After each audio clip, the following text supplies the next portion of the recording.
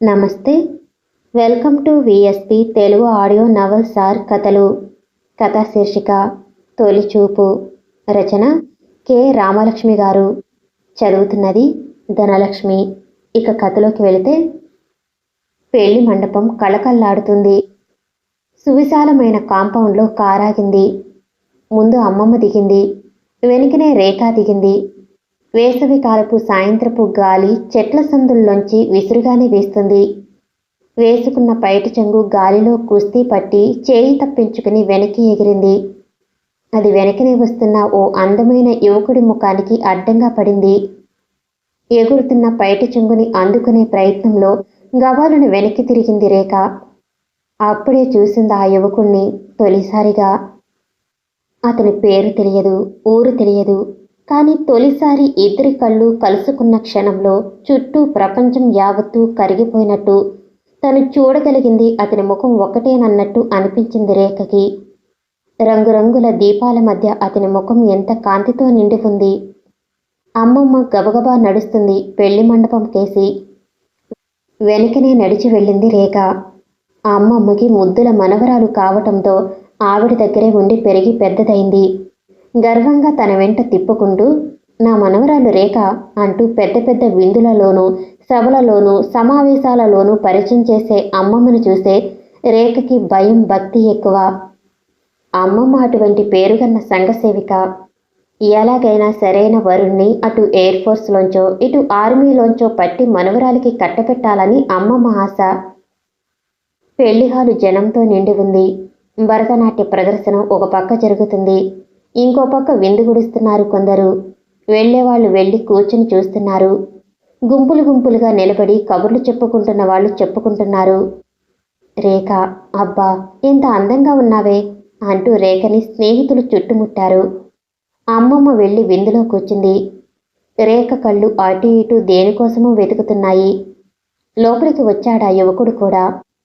ఇద్దరు పలకరిస్తున్నా తలూపి తిన్నగా రేఖకేసి నడిచి వచ్చాడు. ఏమిటలా బిత్తరపోతున్నావు? కెప్టెన్ భాస్కర్ తెలియదా?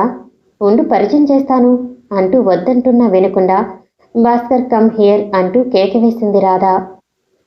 అందుకోసమే ఎదురు చూస్తున్నట్టు ముందుకు వచ్చి రేఖ ఎదుట నిలిచాడు కెప్టెన్. రాధా, నీ స్నేహితురాల్ని పరిచయం చేస్తావా అన్నాడు రేఖ మీద నుంచి దృష్టి మళ్లించకుండానే. అందుకే నే పిలిచింది. రేఖ నాతో చదువుకుంది, కానీ ఇప్పుడు అమ్మమ్మ సెక్రటరీగా ఉంటూ చదువుకి స్వస్తి చెప్పింది. రేఖ, ఇతను భాస్కర్, కెప్టెన్, నాకు దూరపు బంధువు కూడా అని పరిచయాలు ముగించేలోగానే రాధని ఎవరో కేకవేశారు. లాఫ్ట్ హెయిర్ నిలిచింది. ఇప్పుడే వస్తాను, మాట్లాడుతూ ఉండండి అంటూ వెళ్ళిపోయింది. రా, నాట్యంలో చివర కూర్చుని మాట్లాడుకుందాం అన్నాడు భాస్కర్. అమ్మమ్మ అంది నెమ్మదిగా రేఖ. ఆవిడ కళ్ళపడని స్థలం ఖాళీగానే ఉంది అంటూ రేఖని నడిపించుకు వెళ్ళాడు భాస్కర్. నిన్ను చూసిన క్షణం నుంచి నా కళ్ళకి ఇంకేం కనబడటం లేదు అన్నాడు నెమ్మదిగా. జతిస్వరం జోరులో ఎవరికి ఎవరి మాటలు వినపడటం లేదు. విప్పారిన కళ్ళతో అతన్ని చూసింది రేఖ. ఆ కళ్ళల్లోని భావం ఎప్పుడో అర్థం చేసుకున్నాడు భాస్కర్. మృదువుగా ఆమె చేయి తీసుకుని తన చేతుల మధ్య పెట్టుకున్నాడు. హలో అని నిన్ను పలకరించగానే ఈరోజు వృధా కాలేదు అనిపించింది తెలుసా. నీతో ఏకాంతంగా గడపటానికి ఓ క్షణమైనా లభ్యమవుతుందా లేదా అని భయపడ్డాను అన్నాడు. అందరి మధ్య ఉంటూనే గోప్యంగా మాట్లాడటం నేర్చుకోవాలి. నేను రాధ అంతే చేస్తాం. అయితే రాధ నన్ను పూర్తిగా అర్థం చేసుకున్న స్నేహితురాలు అంది క్రీగంట అతన్ని చూస్తూ. ఇందాక హాల్లో అన్న దాని అర్థం గ్రహించలేదా నువ్వు? దొంగ, తొలిచూపులోనే నన్ను బానిసన చేసుకున్నావు అని దాని అర్థం అంటూ నవ్వాడు భాస్కర్. ఇంతట్లో అమ్మమ్మ దృష్టి తనపై పడటం గమనించిన రేఖ కొంచెం భయపడింది. అమ్మమ్మ చూస్తుంది, మనకు కూడా కూర్చుందుకు రాధ వస్తే బావునును విని వినిపించినంత నెమ్మదిగా అంది రేఖ. నువ్వు పూర్తిగా మీ అమ్మమ్మ ఆధీనంలో ఉన్నావా? ఆమె మెప్పు పొందాలంటే ఏం చెయ్యాలి? కుతూహలంగా అడిగాడు. గొప్పవాడు కావాలి, హోదాలో ఉండాలి, గొప్ప గొప్ప వారితో భోజనం కలిపి తిరగగలగాలి. ఇంకా రేఖ మాటని మధ్యలోనే ఆపి, చాలు, వాటిలో ఏ ఒక్కటి నాకు లేదు. మరి నిన్ను అడగాలంటే ఏం చెయ్యాలి రేఖ? అసలు ఆవిడ నన్ను చూస్తుందంటావా? నవ్వేసి ఊరుకుంది రేఖ. అమ్మమ్మ లేచింది. రేఖ తను లేవటానికి సిద్ధపడింది. జనాన్ని తప్పించుకుంటూ బయటికి వస్తుంది. మళ్ళీ ఎప్పుడు దర్శనం? ప్రాధేయపడుతున్నట్టు అడిగాడు రేఖ చెయ్యి వదలకుండా. రేపు రాధా వాళ్ళ ఫ్యామిలీతో పిక్నిక్ ఉంది అంటూ నిలబడింది రేఖ. Thank you. ఇక మీదట రాధారావు కుటుంబాన్ని పట్టుకు వేలాడతాను. వాళ్ళెక్కడికి వెడితే అక్కడికల్లా నేను సిద్ధమవుతాను. నిన్ను నలుగురితో పాటు చూసే అవకాశమేనా దొరుకుతుంది. ఏం రేఖ? దీనంగా అడిగాడు. అలాగే నే వెడతాను అంటూ భాస్కర్ని తప్పించుకుని అమ్మమ్మ కేసి నడిచింది రేఖ. అటే చూస్తూ కూర్చున్న భాస్కర్కి కాలం స్తంభించిపోయినట్టయింది. ఇక వెళ్ళిపోదామా అమ్మమ్మ? అడిగింది అమ్మమ్మ మోచేతి దగ్గర నిలబడుతూ. నీకోసమే చూస్తున్నానురా అంటూ రిసెప్షన్లో ఇస్తున్న సంచి అందుకుని అందర్నీ పలకరించుకుంటూ కారుకేసి నడిచింది. వెనకనే రేఖ నడిచింది. ఆమె మనసు ఎక్కడో ఉంది. మేఘాల మీద నడుస్తున్నట్టుంది. కాళ్ళకి భూమి తగలటం లేదు. చెవులేవో తీయని మాటలని వినిపిస్తున్నాయి. కళ్ళు వింత వెలుగుతో ఆకాశం మీద వెలుగుతున్న నక్షత్రాలాగా మెరుస్తున్నాయి. అమ్మమ్మ వెనకనే కారెక్కి కూర్చుంది రేఖ. నీతో మాట్లాడుతున్న కుర్రాడెవరు? ఉరమని పిడుగులాగా అడిగింది అమ్మమ్మ. ఊహల మేఘాలలో తేలియాడుతున్న రేఖ ఒక్క ఉదుటిన నేల మీదకొచ్చి పడింది. నాకు తెలియదమ్మమ్మా. రాధారావు వాళ్ళకి దూరపు చుట్టమట అంది. మేజర్ రావు 10 సార్లైనా అన్నాడు నాతోటి. అది మంచిదే అయిందిలే. ఎలాగైనా రావు దృష్టి నీకేసి మళ్ళాలన్నా నా ఎత్తులో ఊర్ క్రీచర్ ప్యాన్ అయ్యాడు. గట్టిగా నవ్వింది అమ్మమ్మ. అదిరిపడింది రేఖ. ఏమిటమ్మమ్మా? మేజర్ రావు వీడోయర్ కదూ అంది. అయితేనేం? కుర్రాడు అందగాడు, ఆస్తిమంతుడు. అతడెంతటి శ్రీమంతుడో నీకేమైనా ఐడియా ఉందా? రేఖ అమాయకత్వానికి నొచ్చుకుంది అమ్మమ్మ. అయినా ప్రేమ లేని చోట నేను పెళ్లి చేసుకోలేను అమ్మమ్మ అంది. సిల్లి, ప్రేమ అదే వస్తుంది. మిగతావి అలా సులభంగా వస్తాయి. అంతా రాజులు రాణీలు అవరు. అందుకే నా ఎత్తుకి భాస్కర్ పావు కింద చక్కగా కుదిరాడనుకో అంటూ సంతోషంగా నెట్టొచ్చింది అమ్మమ్మ. బై రేపు రాధా వాళ్ళతో పిక్నిక్కి వెడతావు కదూ? రావు కూడా వస్తాడు. మర్యాదగా మాట్లాడి మంచి ఉద్దేశం కలిగేలా చూసుకో. ఎలాగా మన ఇంటికి రావాలని నాతో మాట్లాడాలని అన్నాడులే. అప్పుడప్పుడు అడుగుతాడు నిన్ను తనకిచ్చి చెయ్యాలని. ఆ అదృష్టం నీకు రాసి పెట్టాలి అంది అమ్మమ్మ. కారు ఇల్లు చేరేసరికి రేఖలో ఉత్సాహం పూర్తిగా హరించిపోయింది. రాత్రి నిద్రలో మెలకువలో భాస్కర్ మాటలు వినిపించాయి. కళ్ళ వెలుగులు జిగేలుమనిపించాయి. కానీ అమ్మమ్మ మాటలు ములుకుల్లాగా గుచ్చుకోసాగాయి. ఆ రాత్రి రేఖ కలత నిద్రే అయింది. ఉదయం లేచేసరికి అందెమ్మ వచ్చి, లేండి రేఖమ్మ గారు, అమ్మమ్మగారు ఇంకా లేవలేదు అని లేపింది. ఏమందమ్మా, ఒంట్లో బాగాలేదేమో చూసావా? లేస్తూ అడిగింది రేఖ. జలుబు చేసి జ్వరం వచ్చిందటమ్మా, పడుకుని ఉన్నారు. మిమ్మల్ని పెందరాల లేపమన్నారు అంది అందమ్మ. ఎందుకో తెలియదు గాని అమ్మయ్య అనుకుంది రేఖ. రాధ వాళ్ళ పిక్నిక్కి అమ్మమ్మ రాధనే కాబోలు. స్నానం చేసి టిఫిన్ ముగించి అమ్మమ్మ దగ్గరికి పరిగెత్తింది రేఖ. మనసు ఏమిటో మహా తేలికగా హాయిగా ఉంది. ఏమమ్మమ్మ, మరెలా నువ్వు రావా? పోనీ మానేద్దామా? ఒకే ఊపిరితో అన్ని ప్రశ్నలు వేసేసింది. నేనెలా వస్తానే ఈ రొంపతో? నువ్వు వెళ్ళు, వచ్చేటప్పుడు మేజర్ రావు నిన్ను దింపేస్తాడులే అని పర్మిషన్ ఇచ్చేసింది. 10 నిమిషాలలో అందంగా అలంకరించుకుని పురివిప్పిన నెమలిలాగా కారులో అడుగుపెట్టింది రేఖ. కారు రాధా వాళ్ళింటి ముందు ఆగిందాక ఏం ఆలోచించిందో కూడా గుర్తులేదు. డ్రైవర్ తలుపు తెరిచాడు. అమ్మయ్య, వచ్చానా? నీకోసం భాస్కర్ కాలు కాలిన పిల్లిలాగా తిరుగుతున్నాడు. ఓ కాలు మీద కొంతసేపు, ఇంకో కాలు మీద కొంతసేపు, దుష్టేమో వీధిగుమ్మం వైపు నవ్వుతూ ఆహ్వానించింది రాధ. రెపరెపలాడుతున్న హృదయంతో డ్రాయింగ్ రూంలో అడుగుపెట్టింది రేఖ. వచ్చావా అంటూ మెరిసే కళ్ళతో ముందుకు వచ్చాడు భాస్కర్. మనం మాట్లాడుకోవలసింది ఎంతో ఉన్నప్పుడిలా గుంపులో పడి కాలం వృధా చేస్తావా రేఖ? ప్రాధేయపడ్డాడు భాస్కర్. ఎలాగా? అందరి మధ్య ఉండి గోప్యంగా మాట్లాడుకోవాలంతే కాని. మరిందాక నేనన్నా వచ్చావా అన్న దానికి అర్థం ఏమిటనుకున్నావు రేఖ? రేఖ, నువ్వు చాలా అందంగా ఉన్నావు. తొలి వసంత వీచికలా ఉన్నావు. ప్రేమగీతపు పల్లవిలాగా ఉన్నావు. చిర విరహగ్నిలో మగ్గిన నా శరీరానికి నిండైన కౌగిలిలా ఉన్నావు అని అర్థం. తెలియలేదా అన్నాడు భాస్కర్. రేఖ చెవులు రెండు పట్టుకుంటూ. అమ్మమ్మ రాకపోవటంతో పెద్దవాళ్ళు తప్పించుకున్నారు. రాధా, రేఖ, భాస్కర్ ఇంకో ముగ్గురు మిగిలారు. అందరూ సర్దుకునే లోపల రేఖని కారులో ఎక్కించుకు ముందుకు సాగాడు భాస్కర్. మహాబలిపురం ఎన్నోసార్లు చూసినదే, కానీ చేతిలో చేయి వేసుకుని ఏకాంతంలో అర్థం లేని, ఇంకెవరికీ అర్థం కాని ప్రేమ మాటలు మాట్లాడుకుంటూ వాళ్ళ వెంట నడవటానికి ఇసుకలో షోర్ టెంపుల్ వెనకాల కూర్చుందుకు ఎంతో బాగుంటుంది. అందుకే ప్రేమికులకి, ఏకాంతాన్ని కోరుకునే వారికి మహాబలిపురమే పిక్నిక్కి వెళ్ళటం అంటే. రేఖ, భాస్కర్ గుండెలు నిండేలా మాట్లాడుకున్నారు. నేను అమ్మమ్మకి చెప్పేస్తాను భాస్కర్, నిన్ను తప్పించి ఇంకెవరిని పెళ్లి చేసుకోను అంది అతని హృదయం మీద వాలిపోతూ. నువ్వు నన్ను పెళ్లి చేసుకోకపోతే నేను అసలు పెళ్ళే చేసుకోను రేఖ, ఇంకో స్త్రీని ఈ కళ్ళతో చూడను అన్నాడు ఆవేశంగా రేఖను తన కౌగిట పొదువుకుంటూ. ఎంతో హాయిగా కాలం గడిపి నిస్త్రాణంగా ఇల్లు చేరింది. తొలి ప్రేమ బరువుతో వాలిన కళ్ళతో వస్తున్న రేఖను చూసి ఆత్రంగా అమ్మమ్మ అడిగింది. ఎలా గడిపారు రేఖ ఈరోజు? ఆమెకి మేజర్ రావు వచ్చాడో లేదో తెలుసుకోవాలని కోరికగా ఉంది. నువ్వు రాలేదని రాధా వాళ్ళ అమ్మగారు, అత్తయ్యగారు కూడా రాలేదమ్మమ్మా. మేమే వెళ్ళి కాసేపు తిరిగి వచ్చాం అంది. ఏమంత ఉత్సాహం కనబడనియలేదు. హృదయంలో 1000 కోయలులు పాడుతున్నా నిశ్శబ్దంగా కాలం గడుపుతున్న రేఖ ఏదో దాస్తుందని గ్రహించింది అమ్మమ్మ. కానీ అవకాశం కోసం ఎదురు చూస్తుంది. ఆ రోజు హాల్లో రేఖని అడ్డగించి రహస్యంగా అందెమ్మ అంది. అమ్మాయి గారు, పొద్దుటి నుండి ఓ కుర్రాడు కాలు కాలిన పిల్లిలాగా మన రోడ్డు మొగని తిరుగుతున్నాడు. మీకోసం లాగుంది అంది లాలూచిగా నవ్వుతూ. ఇంతట్లోకే తలుపు తట్టి హాల్లోకి అడుగుపెట్టాడు భాస్కర్.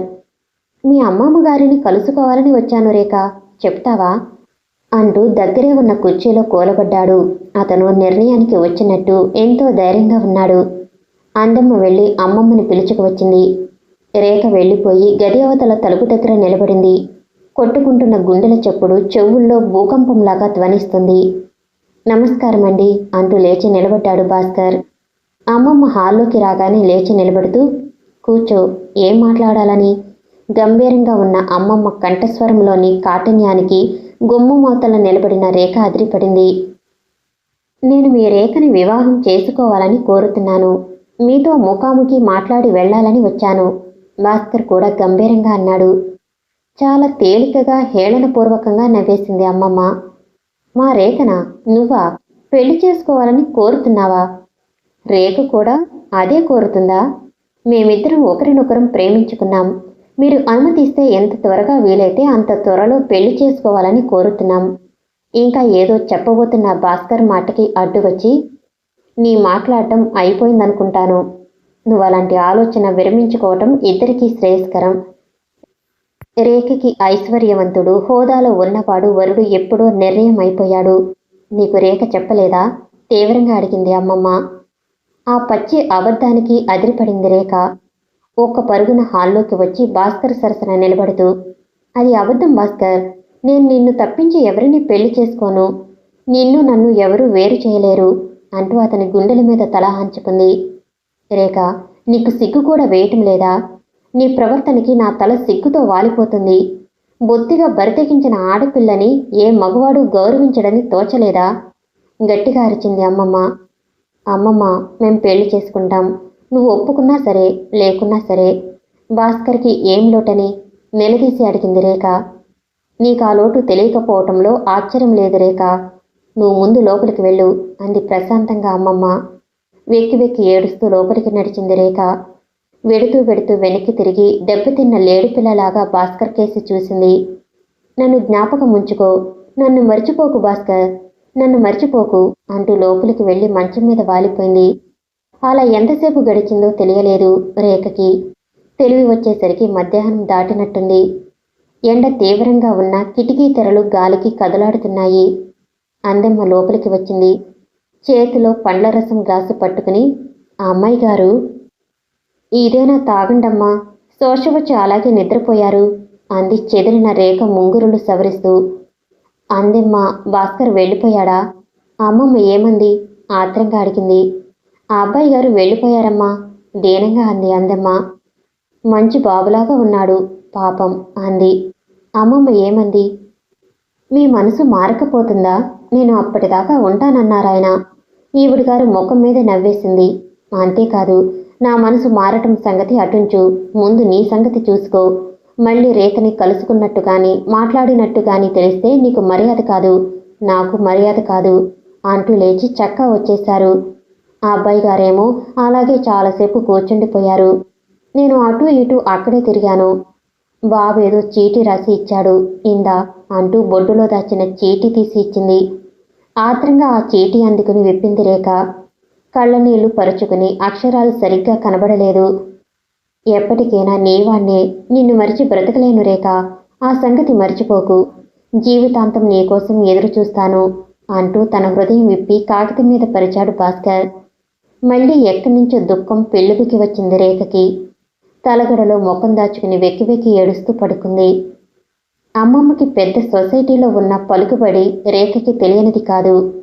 వారం రోజుల లోపలే ఆ నోట మేజర్రావు రేఖని ప్రేమిస్తున్నాడన్న వార్త వ్యాపించిపోయింది. రేఖ స్నేహితులు వచ్చి అడిగిపోతున్నారు, వేళకోళాలు చేస్తున్నారు. రేఖ బిత్తరపోయింది ఈ వార్త విని. చాలామంది దగ్గర ఖండించింది, కానీ ఏం లాభం? అమ్మమ్మ పట్టుదల ముందు, ఉపాయాల ముందు రేఖ ఏడుపు బాధ అంతా వృధా. ఏడవటం తప్పించి ఏం చేయలేకపోయింది. రాధకి అందమ్మ చేత కబురంపింది. భాస్కర్ని చూసి మాట్లాడి మేం వెళ్ళిపోవటానికి సహాయం చెయ్యలేవా అని అడిగింది. రాధ ఆ రోజు సాయంత్రమే భాస్కర్ కోసం వెళ్ళింది. కానీ అతని ఇల్లు తాళం వేసి ఉంది. ఆ వార్త రేఖకి అందజేసింది. ధైర్యం చిక్కపట్టుకోమని చెప్పి పంపింది. భాస్కర్ మళ్ళీ రేఖని ఒప్పించాలని కానీ కలుసుకోవాలని కానీ ప్రయత్నించలేదు. అన్నీ సిద్ధం చేసుకుని వచ్చి రేఖని తీసుకువెళ్ళిపోవాలని అతని ఉద్దేశం.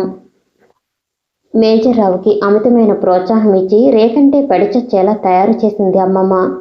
త్వరలోనే పెళ్లి చేసుకుంటాను, మళ్ళీ నాకు ట్రాన్స్ఫర్ వచ్చేలా ఉంది అని తొందరపడ్డాడు రావు. అమ్మమ్మకి కావాల్సింది అదే. ఆమె సింపుల్గాను హుందాగాను రేఖ పెళ్లి చేయాలని నిర్ణయించి అన్నీ సిద్ధం చేస్తుంది. మట్టి బొమ్మలాగా అన్నీ చూస్తూ ఊరుకున్న రేఖ ఒకరోజు అతి ఉత్సాహంగా తయారైంది. అమ్మమ్మతో సరదాగా కబుర్లు చెప్పి రాత్రి పడుకుందుకు వెళ్ళింది. అమ్మమ్మ కూడా చాలా సంతోషించింది రేఖ మనసు మార్చుకున్నందుకు. కానీ రేఖ లోతు గుండెల్లోకి మూర్ఖత్వం మూర్తిభవించిన అమ్మమ్మ ఎలాగ చూడగలదు? రాత్రి తృప్తిగా పడుకుందుకు వెళ్ళిన రేఖ ఉదయం లేవనలేదు. సాధారణంగా 9 గంటల దాకా పడుకుంటుందని ఎవరూ లేపలేదు. కాని కింద భాస్కర్ వచ్చాడు. అమ్మమ్మతో తీవ్రంగా వాదిస్తున్నాడు. ఈ హడావుడి చూసి అందమ్మకి తోచింది రేఖమ్మని లేపి తీసుకురావాలని. ఆదరా బాదరాగా రేఖ పడక గదిలోకి వెళ్ళింది. ప్రశాంతంగా ఒత్తిగిలి పడుకుని ఉంది రేఖ. అమ్మాయి గారు, ఆ బాబుగారు వచ్చారు అంటూ రహస్యంగా లేపింది. కానీ రేఖ కదలలేదు. మళ్ళీ పిలిచింది అందమ్మ. తట్టి లేపింది. చల్లగా తగిలింది రేఖ చెయ్యి. అమ్మాయి గారు, అమ్మగారు అంటూ గట్టిగా కేకలు పెడుతూ హాల్లోకి వచ్చి పడింది. ఏమైంది? గట్టిగా కసిరింది అమ్మమ్మ. అంతా అయిపోయిందమ్మా, రేఖమ్మ ప్రాణాలు తీసుకున్నట్టుంది అంటూ ఏడ్చేసింది అందమ్మ. అమ్మమ్మ మేడ మీద గదిలోకి నడిచారు. భాస్కర్ మారు మాట్లాడకుండా వెళ్ళిపోయాడు. భయంకరమైన నిశ్శబ్దం తాండవించింది ఆ ఇంట్లో. ఆ సాయంత్రమే ఆ నిశ్శబ్దం ప్రతిధ్వనించింది. కెప్టెన్ భాస్కర్ కణతపై కాల్చుకుని చచ్చి తన ఇంట్లో పడి ఉన్నాడన్న వార్త చూసి రాధ మోగబోయింది. ఆ క్షణం రాధతో పాటు ప్రకృతి అంతా మోగబోయింది. సమాప్తం. నేను వినిపించే ఆడియో కథలు నవల్స్ మీకు నచ్చినట్లయితే మరిన్ని కథల కోసం షేర్ చేసి, లైక్ చేసి, సబ్స్క్రైబ్ చేసుకోండి. Thank you for watching.